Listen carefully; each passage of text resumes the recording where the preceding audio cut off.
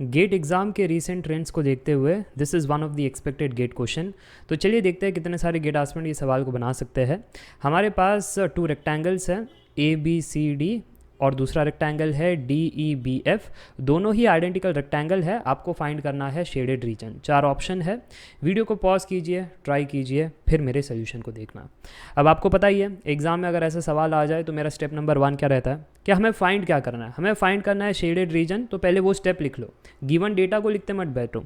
हमको फाइंड करना है येलो रीजन। वो फाइंड कर सकते हैं बाय सिंपल इक्वेशन कि पहले पूरा का पूरा जो रेक्टेंगल है ना ABCD उसका एरिया फाइंड कर लेते हैं। इसका एरिया फाइंड कर लेते हैं, ईजी है। बेस दिया गया है, हाइट दिया गया है, सो बेस इंटू हाइट ये हो जाएगा। उसमें से सब्ट्रैक्ट करना है। उसमें से क्या सब्ट्रैक्ट करना है? Area of this triangle and area of this triangle, right. अगर आप ध्यान से देखो दोनों ही आइडेंटिकल रेक्टेंगल थे यानी ऐसे, और रोटेशन ही इस प्रकार से एंटी क्लॉकवाइज घुमाया है, राइट। तो अगर इस प्रकार से एंटी क्लॉकवाइज घुमाया है तो आप क्लियरली देख सकते हो एक सिमेट्री वाला शेप बन रहा है। और क्योंकि सिमेट्री वाला शेप बन रहा है तो ये जो एरिया है और ये जो एरिया है वो सेम रहेंगे। और क्योंकि वो सेम रहेंगे तो हम ट्वाइस करके कैलकुलेशन सिंप्लीफाई कर सकते हैं। तो चलिए स्टेप नंबर 1 को पहले लिखते हैं। स्टेप नंबर 1 यहाँ पर क्या था? स्टेप नंबर 1 हमारा था कि area of shaded region is equal to area of rectangle minus 2 times area of, इसको मैं J मान लेता हूँ, इसको मैं G मान लेता हूँ।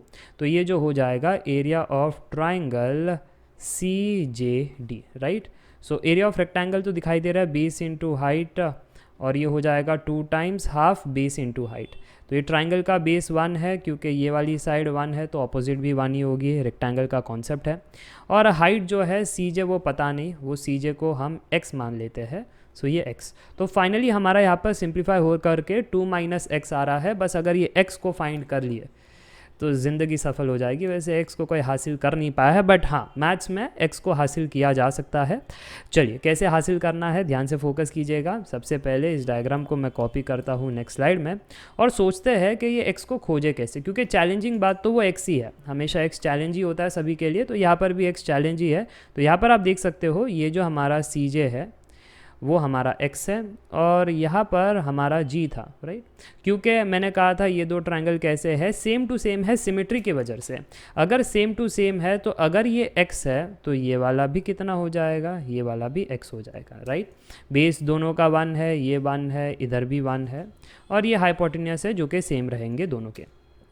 चलो हाइपोटेन्यूस क्यों कह रहे हो सर जी? क्योंकि रेक्टेंगल है तो यहाँ पर 90 डिग्री बना रहा है ना। राइट एंगल ट्रायंगल जब हो जाए तो फिर ये वाला हाइपोटेन्यूस ही होता है, राइट। चल अब मैं देख पा रहा था कि मुझे अगर x निकालना है तो फिर ये ट्रायंगल से x निकल सकता है by saying Pythagoras theorem. Pythagoras theorem क्या कहता है? अगर हम ट्रायंगल ABG के अंदर पाइथागोरस यूज़ करें तो फिर AB square plus AG square hypotenuse के स्क्वायर के बराबर होना चाहिए। अब AB पता है 1 है, सो 1 स्क्वायर प्लस AG पता है, AG तो x है सर जी, x स्क्वायर। ये GB स्क्वायर, ये GB पता नहीं है, GB का क्या करे सर? अगर GB x के टर्म में आ जाए ना तो x निकल आ जाएगी, और जैसी x निकल आ जाएगी तो हमारा आंसर भी निकल आ जाएगा, हमको मार्क्स भी मिल जाएंगे, राइट। अब ये x निकाले कैसे, GB निकाले कैसे? और एग्ज़ाम में फिर टाइम वेस्ट होते जाता है। तो अक्सर मैं कहता हूँ जब भी ऐसे एनालिसिस वाले सवाल आ जाए ना तो इसको राउंड 2 में रखना, और राउंड 2 में भी अगर ना बने तो फिर राउंड 3 में रखना। वो जो आपकी बुकलेट होती है ना गेट एग्जाम में, तो वो बुकलेट के वहाँ पर छोड़ देना और फिर आगे बढ़ जाना कि हाँ यहाँ तक पहुँच गए थे, बट x निकालने में अगर शायद फर्स्ट अटैम्प्ट में नहीं आ रहा है, सेकेंड अटैम्प्ट में नहीं आ रहा है, दिमाग नहीं चल रहा है, टाइम प्रेशर है ना, बहुत सारे एंजाइटी सब आती है एग्जाम में, तो राउंड 3 के लिए रखना। बट ये बनाया जा सकता है अगर शिद्दत से सोचो कि क्या ये x डायरेक्टली निकलेगा, क्या हमको कुछ ऐसा डेटा पता है कि मैं डायरेक्टली बस कुछ प्लस माइनस मल्टीप्लाई करके निकाल लूँ? तो ऐसा तो कुछ पता नहीं है डायरेक्टली, राइट। कि डायरेक्टली तो पता नहीं, एंगल वैंगल नहीं दिया ना। अगर एंगल वैंगल दिया होता तो कुछ ना कुछ तो जुगाड़ लगा लेते। तो फिर अब क्या किया जाए?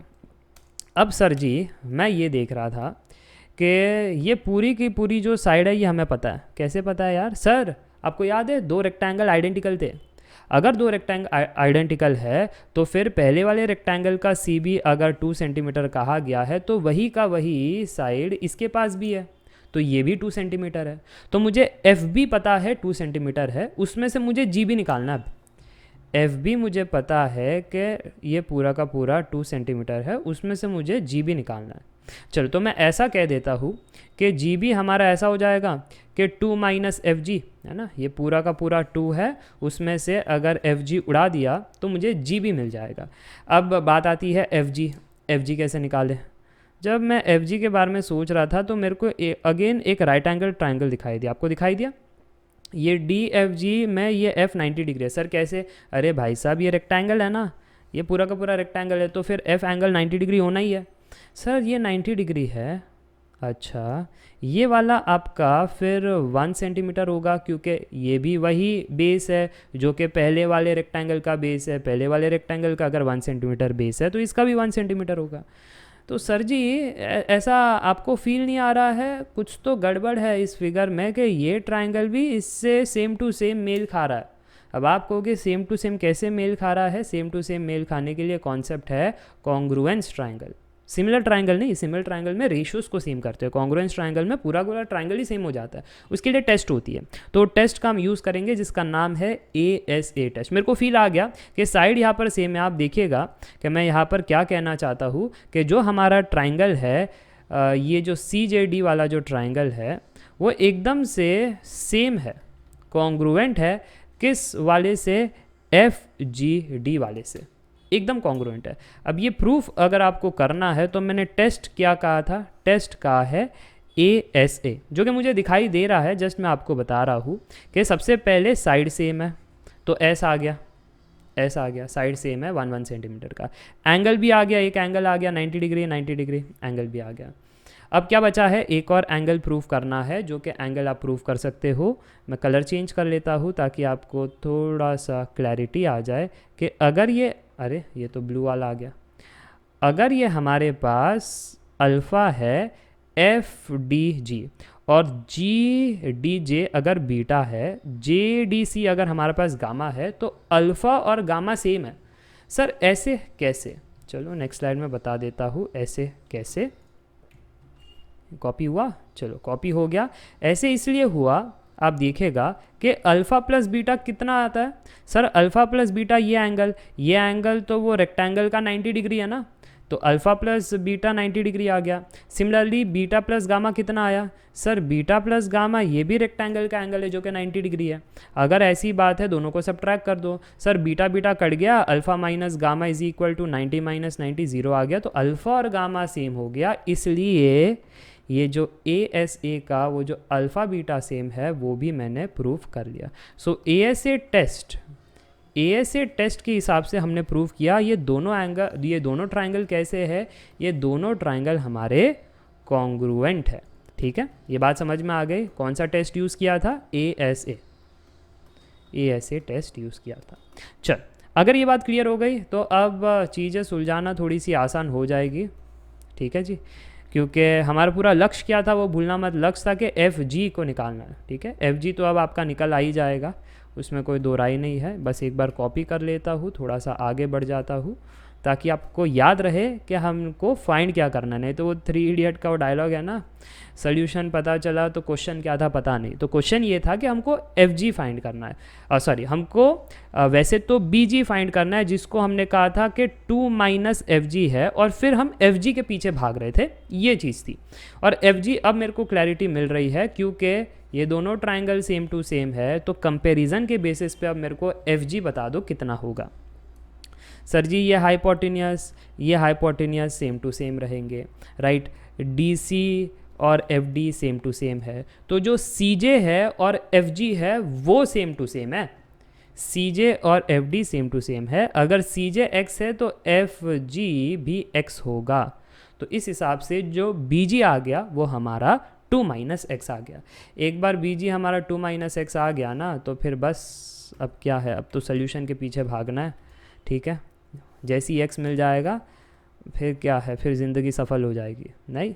वैसे x किसी को मिलता नहीं, मैथ्स में ही मिलता है। यहाँ पर ध्यान से देखना, हमने क्या कहा, हमने कहा 1 plus x square that is equal to, जी भी हमारा 2 माइनस एक्स आया था, तो अब इसको सुलझाना है। 1 plus x square that is equal to 4 minus 4x plus x square cut जाएगा, रीअरेंज कर लो। 4x is equal to 4 minus 1, तो 4x आ गया 3, यानी x कितना आ गया 3/4।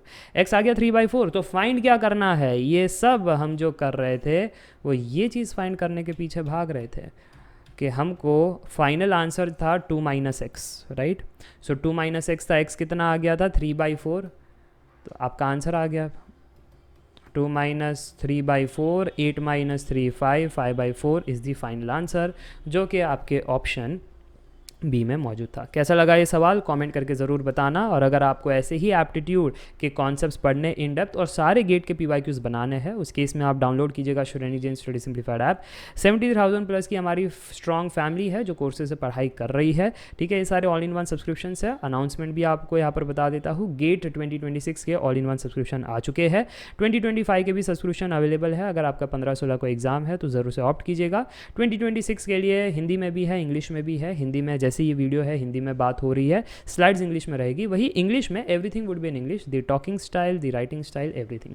बाकी अगर आपको सिर्फ कंसेप्ट ही करना है तो कंसेप्ट भी है। ऑल इन वन के अंदर क्या चीज़ें होगी, 4 कोर्सेज इन 1, मैथ्स के सारे कॉन्सेप्ट्स, मैथ्स के सारे PYQs, एप्टी के सारे कॉन्सेप्ट्स, एप्टी के सारे PYQs, सारे ब्रांचेस के सारे ईयर्स के विथ ट्रिक्स एंड टेक्निक्स, ठीक है।